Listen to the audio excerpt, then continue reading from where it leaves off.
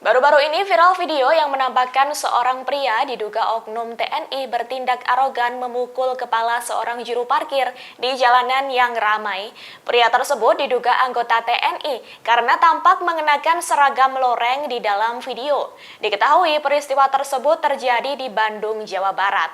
Adapun video itu viral salah satunya seusai diunggah di akun Instagram Wakil Ketua Komisi 3 DPR Ahmad Sahroni pada Minggu 20 Agustus. Ia bahkan menilai bahwa aksi tersebut berlebihan. Buntut viralnya video tersebut, kini akun Instagram Puspen TNI diserbu warganet yang meminta penjelasan. Sejumlah warganet menuliskan di kolom komentar salah satu unggahan agar pihak TNI memberikan klarifikasi terkait kasus ini. Meski begitu, hingga berita ini ditayangkan, pihak TNI belum memberikan klarifikasi. Adapun sampai saat ini masih belum diketahui juga apa motif dari peristiwa tersebut.